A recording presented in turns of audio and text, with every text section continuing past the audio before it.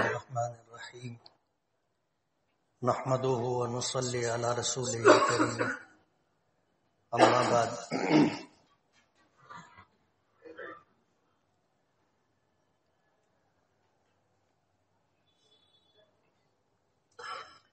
قال النبی صلی اللہ علیہ وسلم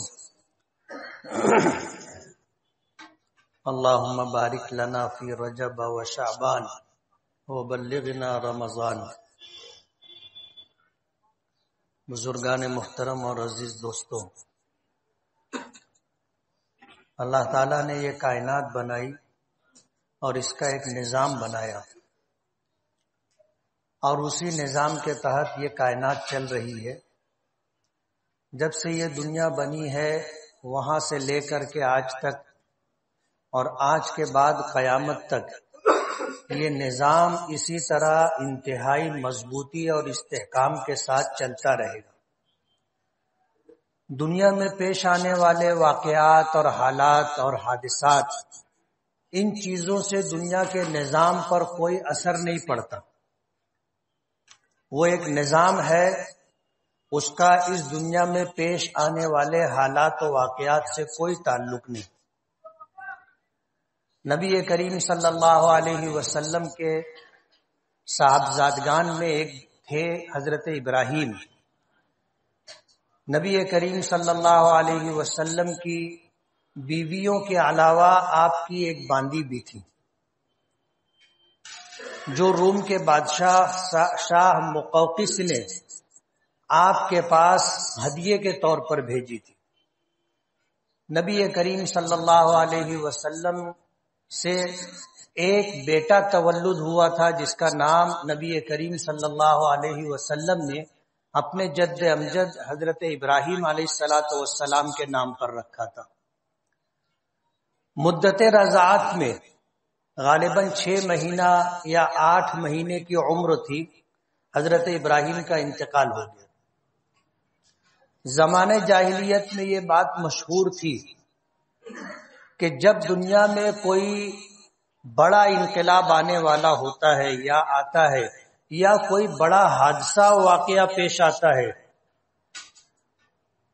تو اس موقع پر سورج گہن ہوتا ہے، چاند گہن ہوتا ہے۔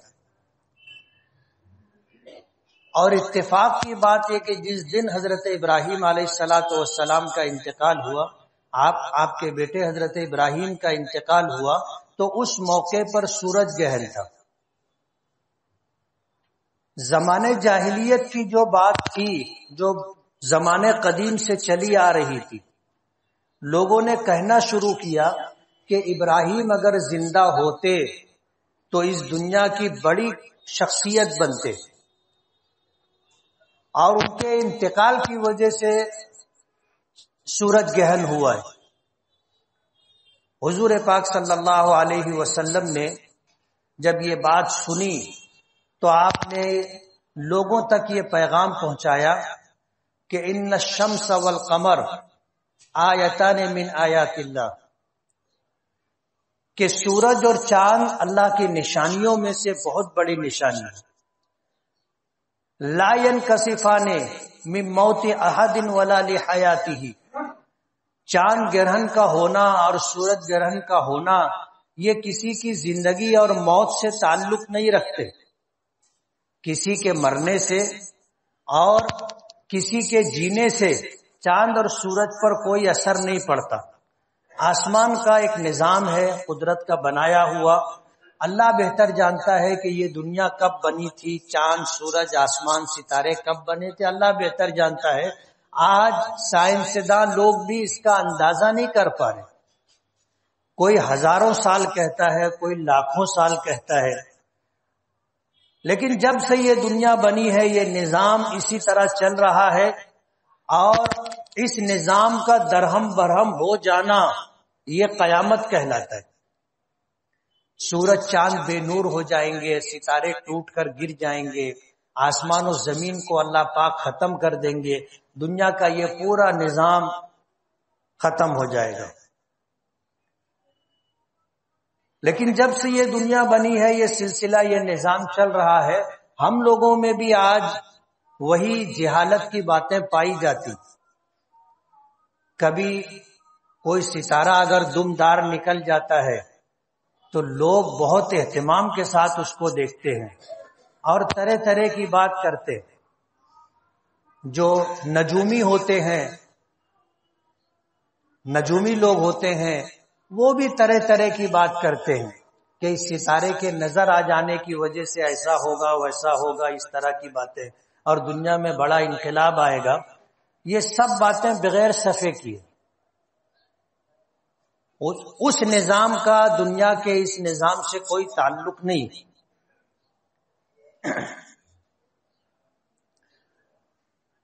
تو اللہ نے جب سے یہ دنیا بنائی ہے ایک نظام بنایا ہے، اور اس نظام کو سمجھنے کے لیے اور زمانہ کرنے کے لیے اللہ نے 12 مہینے بنائے. چاند اور سورج کی ذریعے سے تاریخوں کا تعین ہوتا ہے.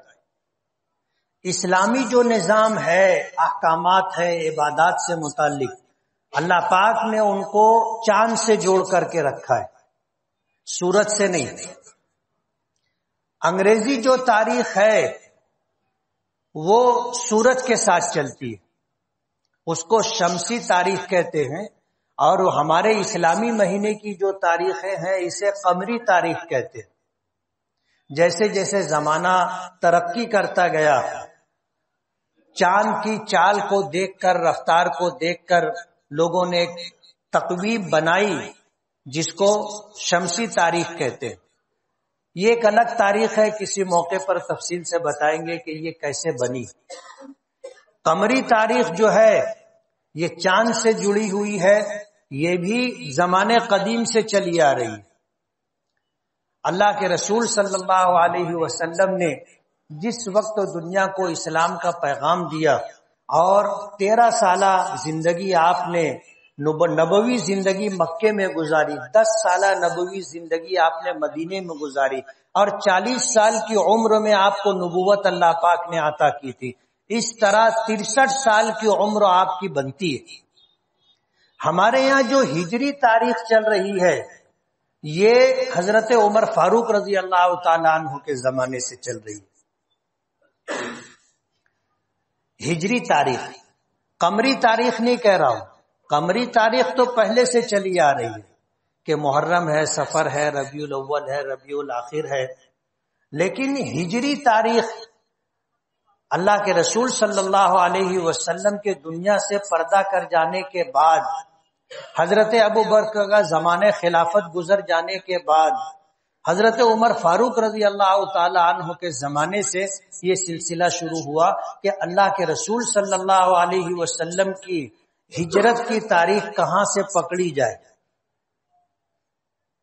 یہ بھی ایک عنوان ہے، ایک موضوع ہے جو ہم لوگوں کی جانکاری میں رہنا چاہیے. تفصیل سے اس پہ بھی کبھی گفتگو کریں گے.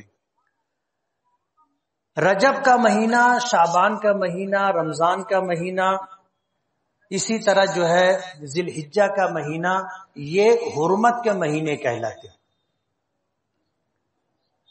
حرمت کے مہینے زمانے جاہلیت میں بھی اس کا احترام کیا جاتا تھا. ان 4 مہینوں میں قتل و غارت گری بند ہو جاتی تھی، لوٹ مار بند ہو جاتی تھی، اور اسی طرح آپس کے اختلافات اور جنگیں جو ہوتی تھی وہ سلسلہ بھی رک جاتا تھا. زمانے جاہلیت میں مشرکین بھی اس کا احترام کرتے تھے، اور انہی 4 مہینوں میں لوگ تجارتی سفر کیا کرتے تھے کہ قافلے محفوظ رہتے تھے، لوٹتے نہیں تھے. یعنی جو لوٹ مار کرنے والے ڈاکو ہوتے تھے وہ بھی ان مہینوں کا احترام کرتے تھے. اللہ نے حرمت کے 4 مہینے بنائے ہیں اور نبی کریم صلی اللہ علیہ وسلم نے اس کا تعین فرمایا ہے. قرآن کریم میں ہے ان عدت الشہور عند اللہ 12 شہرا فی کتاب اللہ یوم خلق السماوات والارض منها 4 حرم ذالک الدین القیم. جب سے اللہ پاک نے یہ دنیا بنائی ہے ان 4 مہینوں کو احترام عطا کیا ہے. تو رجب کا مہینہ ہے، پھر اسی طرح جو ہے اور 3 مہینے یہ حرمت کے مہینے کہلاتے ہیں. رجب کے مہینے کی فضیلت کے تعلق سے کوئی واضح حدیث تو موجود نہیں ہے کہ اس کی پہلی تاریخ کو روزہ رکھنا یا اور تاریخوں میں روزہ رکھنا صحیح روایت سے ثابت نہیں ہے۔ ضعیف روایتوں سے اس کی فضیلتیں ملتی ہیں اور فضائل میں ضعیف روایتیں بھی چلتی ہیں، اور وہ کیوں چلتی ہیں وہ میں آپ کو بتا دوں۔ اس لیے کہ اگر کسی نے ایک رجب کو روزہ رکھا، اس کے روزہ رکھنے سے کسی قسم کا دین میں کوئی بگاڑ آتا ہے، کوئی تبدیلی آتی ہے، کوئی فرق پڑتا ہے؟ نہیں۔ عبادت آدمی کی مرضی کا سودا ہے۔ ہو سکتا ہے ہم میں آج کوئی روزہ ہو، لوگ رکھتے ہیں روزہ، اس لیے کہ مسائل جب پوچھتے ہیں تو اندازہ ہوتا ہے۔ لوگوں نے مسئلہ پوچھا کہ اگر کل میں روزہ رکھ لوں تو میں نے کہا رکھ سکتے ہو، لیکن صرف جمعہ کے دن کا روزہ نفل روزہ مکروہ ہے۔ اگر آپ کو کل روزہ رکھنا ہے تو آپ کو ایک دن ملا کر کے روزہ رکھنا پڑے گا، یعنی جمعہ کے ساتھ سنیچر کا بھی روزہ رکھنا پڑے گا۔ تو جمعہ کا تنہا روزہ نفل روزہ مکروہ ہے، لیکن اگر کوئی رکھنا چاہے رکھ سکتا ہے، اس کے ساتھ ایک دن اور ملا لے تاکہ کراہت ختم ہو جائے۔ تو ہو سکتا ہے ہم میں کچھ لوگ روزہ ہوں۔ اب اگر کوئی روزہ رکھتا ہے، نفل روزہ، یا نفل نماز پڑھتا ہے، یا روزانہ قرآن کریم کے 10 پاروں کی تلاوت کرتا ہے، یا اللہ کا ذکر کرتا ہے، تو یہ اس کا اپنا ذاتی عمل ہے اور یہ عبادت ہے۔ جو چیزیں آج میں نے ذکر کی یہ عبادت ہے، نماز ہے، روزہ ہے، زکوٰۃ ہے، قرآن کریم کی تلاوت ہے، اللہ کا ذکر ہے، صدقات و خیرات ہے، یہ عبادت ہے اور اس کے کرنے کا حکم دیا گیا ہے۔ اگر ضعیف روایتوں میں کسی دن کے روزے کی فضیلت ہے تو آپ رکھ سکتے ہیں، اس لیے کہ اس کا حرمت اور حلت سے تعلق نہیں ہے۔ جیسے کسی نے روزہ رکھا تو کوئی حرام نہیں کہے گا، اور اگر نہیں رکھا تو نہیں رکھنے والوں کو کوئی گنہگار نہیں کہے گا کہ تم نے روزہ نہیں رکھا گنہگار ہو۔ تو نفل عبادات کے تعلق سے اختیارات دیے گئے ہیں، اور اگر اس سلسلے میں کوئی ضعیف روایت ہے جس سے کسی دن کے روزے کی فضیلت ملتی ہے اور کوئی آدمی وہ روزہ رکھ لے تاکہ وہ فضیلت اسے حاصل ہو جائے تو اس میں کوئی قباحت بھی نہیں ہے۔ اس لیے محدثین کی ایک جماعت کا اس پر اتفاق ہے کہ ضعیف حدیثیں فضائل میں چلتی ہیں، ضعیف حدیثیں فضائل میں چلتی ہیں، تو رجب کے روزوں کے تعلق سے ضعیف روایتیں پائی جاتی ہیں۔ اور ایک بات اور آپ سمجھ لیں کہ روایت میں ضعیف ہونے کا حکم، کمزور ہونے کا حکم، قوی ہونے کا حکم کیوں آتا ہے؟ ظاہر بات ہے آج ہم اللہ کے رسول صلی اللہ علیہ وسلم کے زمانے مبارک سے 14 صدیوں کے بعد آئے ہیں، یعنی ہمارے اور ہمارے آقا کے درمیان اور جو زمانہ پایا جاتا ہے وہ 1400 سال سے زیادہ ہو چکا ہے۔ اللہ کے رسول صلی اللہ علیہ وسلم کی کوئی بات اگر ہم تک آتی ہے تو ظاہر بات ہے ہم نے براہ راست نہیں سنا کہ اللہ کے رسول کا زمانہ اگر ہوتا اور ہم ہوتے اور ایمان اللہ دیتا اور حضور کی مجلس میں ہوتے اور حضور کچھ ارشاد فرماتے تو ہم اپنے کانوں سے سن سکتے تھے، لیکن ظاہر بات ہے 14 صدیوں کے بعد ہم آئے ہیں۔ جب 14 صدیوں کے بعد ہم آئے ہیں تو آپ کی باتیں جو ہم تک آئی ہیں درمیان میں سننے والے بہت سارے لوگ، تو یہ جو سننے والوں کا سلسلہ ہے کہ حضور سے حضرت عبداللہ ابن عمر نے سنا، عبداللہ ابن عمر سے کسی سعید خدری نے سنا، اور پھر ایسے یہ سلسلہ چلتا چلتا چلتا چلتا ہم تک آیا۔ جب تک حدیث کی کتابیں نہیں لکھی گئی تھی اس زمانے تک یہ سلسلہ رہا۔ ایک مرتبہ جب یہ حدیثیں کتابوں میں محفوظ ہو گئی تو اس کے بعد سے پھر یہ سلسلہ اس حیثیت میں نہیں رہا۔ آج ہم یہ کہہ دیتے ہیں کہ امام بخاری رحمۃ اللہ علیہ نے اپنی کتاب میں یہ حدیث ذکر کی ہے، بات امام بخاری رحمت اللہ علیہ سے لے کر کے یہاں تک درمیان کے سارے رابطے ختم ہو گئے. اب یہ ہوتا ہے کہ امام بخاری رحمت اللہ علیہ نے اپنے استاد سے، انہوں نے اپنے استاد سے، انہوں نے اپنے استاد سے، انہوں نے تابعی سے، پھر انہوں نے صحابی سے، اور پھر انہوں نے نبی کریم صلی اللہ علیہ وسلم سے یہ بات سنی. اسے سند کہا جاتا ہے. یہ ناموں کا جو سلسلہ ہے اس کو سند کہا جاتا ہے. کوئی حدیث فی نفس ہی کمزور نہیں ہوتی. اللہ اس کے رسول کی بات اپنی جگہ انتہائی مضبوط اور مستحکم ہے. قرآن کریم کی کسی آیت کے بارے میں آپ نہیں سنو گے کہ یہ ضعیف ہے. سنا آپ نے کبھی؟ نہیں. قرآن کریم کی آیات انسانی واسطوں سے نہیں آئی. اللہ تعالیٰ کے پاس، اللہ پاک کے ذریعے، اللہ کے پاس سے یہ حضرت جبرائیل لائے اور نبی کریم صلی اللہ علیہ وسلم تک پہنچا دیا. اس میں کوئی انسان بیچ میں نہیں ہے. اس لیے قرآن کریم کی کوئی آیت ضعیف نہیں ہے. لیکن حدیثوں میں سند میں انسان موجود ہے، اور ان انسانوں میں ہر طرح کے لوگ رہے. کسی کا حافظہ بہت مضبوط رہا اور کسی کا حافظہ کمزور ہو گیا.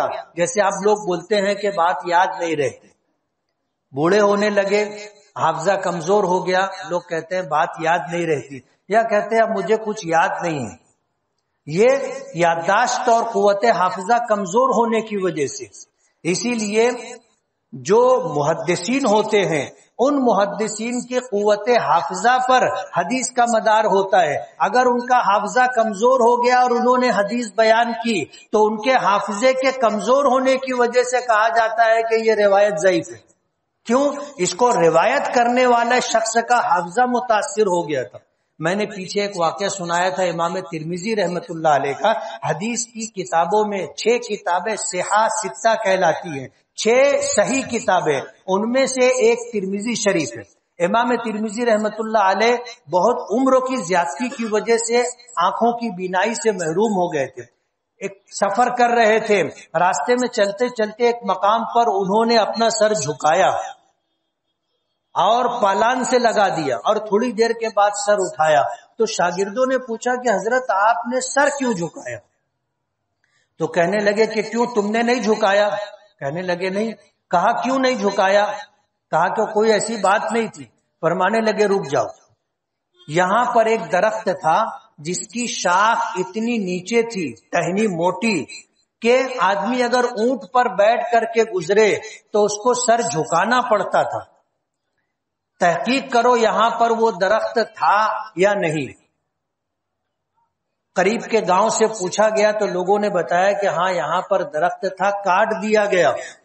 نابینا ہو گئے تھے لیکن حافظہ اتنا مضبوط تھا کہ درخت کٹ گیا، دکھائی نہیں دیا، لیکن ان کو یاد تھا کہ یہاں پر اگر سر نہیں جھکائیں گے تو ٹہنی سے ٹکرا جائیں گے. انہوں نے ایک جملہ کہا تو وہ میں آپ کو سنانا چاہتا ہوں کہ اگر یہاں پر وہ درخت نہیں تھا تو آج سے میں حدیثیں بیان کرنا بند کر دوں گا. اس لیے بند کر دوں گا کہ اب میرا حافظہ پہلے جیسا نہیں رہا. لیکن گاؤں کے لوگوں نے تصدیق کی، تائید کی کہ یہاں پر درخت تھا. تو حدیث میں جو کمزوری کا حکم آتا ہے، حدیث کمزور نہیں ہوتی، بیان کرنے والے لوگوں کا حافظہ کمزور ہو گیا یا اور کوئی بات ہو گئی، اس کی وجہ سے حدیث کے اندر ضعف آ جاتا ہے. جیسے ایک واقعہ اور میں نے سنایا تھا کہ ایک حدیث سننے کے لیے ایک صاحب سفر کر کے کسی شخص کے گاؤں پہنچے. گاؤں میں داخل ہونے سے پہلے انہوں نے دیکھا کہ ایک آدمی اپنی گھوڑی کو آواز دے کے بلا رہا ہے اور دامن ایسے پکڑ کر کے دونوں پلو جوڑ کر کے ہاتھ اندر کر کے اس کو آواز دے رہا ہے. تو یہ اس کے پاس رک گئے.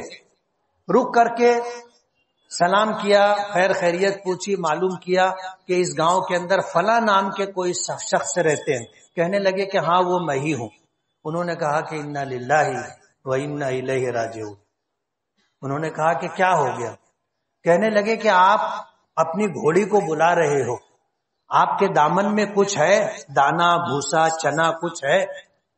تو انہوں نے کہا کہ نہیں، وہ تو میں گھوڑی کو اس طرح بہلا کر کے بلا رہا ہوں. انہوں نے کہا کہ نہیں، آپ جانور کو دھوکہ دے رہے ہو. مجھے اللہ کے رسول صلی اللہ علیہ وسلم کی حدیث لینی تھی اور میں فلاں مقام سے سفر کر کے آیا آپ کے پاس، لیکن اب میں آپ سے حدیث نہیں لے سکتا، اس لیے کہ آپ جانور کو دھوکہ دے رہے ہو، تو آپ مجھ سے بھی جھوٹ بول سکتے ہو، غلط بیانی کر سکتے ہو، میں آپ کے اوپر اعتماد نہیں کر سکتا، اسی لیے میں نے انا للہ و انا الیہ راجعون پڑھا اور واپسی کا سفر انہوں نے کیا۔ روایتوں میں ضعف اور کمزوری ایسے آتی ہے، اس لیے فضائل میں ضعیف روایتیں چلتی ہیں۔ تو رجب کا مہینہ، شعبان کا مہینہ، رمضان کا مہینہ بڑی برکتوں والا ہے، اور اس سلسلے میں روایتیں موجود ہیں، اگرچہ ضعیف روایتیں ہیں۔ نبی کریم صلی اللہ علیہ وسلم نے دعا کی ہے، اللہم بارک لنا فی رجب و شعبان وبلغنا رمضان، کہ اللہ ہمارے لیے رجب اور شعبان میں برکت عطا فرما۔ اور ہمارا ایمان ہے، میں نے پیچھے بھی یہ بات کہی کہ سب باتیں اپنی جگہ، لیکن ہمارا ایمان ہے اور یقین ہے اس بات پر کہ جب اللہ کے رسول نے دعا کی ہے کہ اللہ رجب اور شعبان میں برکت عطا فرما، تو اللہ نے آپ کی دعا قبول کی۔ رجب اور شعبان کے مہینے میں اللہ نے برکت رکھی ہے، اس لیے کہ حضور نے دعا کی تھی۔ فی نفسہ ہی رجب اور شعبان برکتوں والا مہینہ ہے، مزید سونے پر سہاگا کہ اللہ کے رسول نے برکت کی دعا کی۔ اس لیے یہ رجب کا مہینہ، شعبان کا مہینہ، یہ رمضان کے استقبال کے لیے ہے۔ ہم صرف رمضان میں روزہ رکھتے ہیں اور قرآن کریم کی تلاوت کرتے ہیں، ہمیں ابھی سے اہتمام کرنا چاہیے۔ نبی کریم صلی اللہ علیہ وسلم کے متعلق آتا ہے کہ آپ شعبان کا پورا مہینہ روزہ رکھا کرتے تھے، سوائے شعبان کی 30 تاریخ کو چھوڑ کر، اور 30 تاریخ کو اس لیے روزہ نہیں رکھتے تھے کہ وہ یوم الشک ہے، اور میں نے پیچھے بتایا تھا کہ یوم الشک اس لیے کہ وہ شعبان کا آخری دن بھی ہو سکتا ہے اور رمضان کا پہلا دن بھی ہو سکتا ہے، اس لیے یوم الشک ہے۔ چاند اگر نہیں دکھا تو یہ بات اس میں رہتی ہے کہ کہیں سے خبر آئی، معلوم ہوا کہ چاند ہو گیا تھا، فلاں جگہ دیکھا گیا، تو یہ رمضان کا پہلا دن تھا۔ آج تو زمانہ بہت ترقی کر گیا، آج تو خبریں سیکنڈوں میں آ جاتی، تصویروں کے ساتھ آ جاتی ہے کہ دیکھ لو چاند۔ زمانے قدیم میں یہ سہولتیں نہیں تھی، خبریں آنے میں کافی ٹائم، کافی دن لگتے تھے، اس لیے رجب اور شعبان کا مہینہ یہ رمضان کے استقبال کا مہینہ ہے۔ ہمیں ابھی سے نوافل کا اہتمام، نفل روزوں کا اہتمام، قرآن کریم کی تلاوت کا اہتمام کرنا چاہیے تاکہ رمضان میں سر نہ دکھے۔ رمضان کا پہلا روزہ رہتا ہے، بہت لوگوں کا سر دکھتا ہے، اور اس لیے دکھتا ہے کہ روزے کی عادت نہیں ہوتی، روزہ رکھ لیتے، اور پہلا روزہ جو ہے بہت مشکل ہو جاتا ہے۔ اگر ابھی سے ہم روزوں کا اہتمام کریں گے تو رمضان کا پہلا روزہ سر درد نہیں رہے گا۔ اس کے لیے ہم ابھی سے روزوں کا، تلاوت کا، نوافل کا اہتمام کریں۔ اللہ تعالی عمل کی توفیق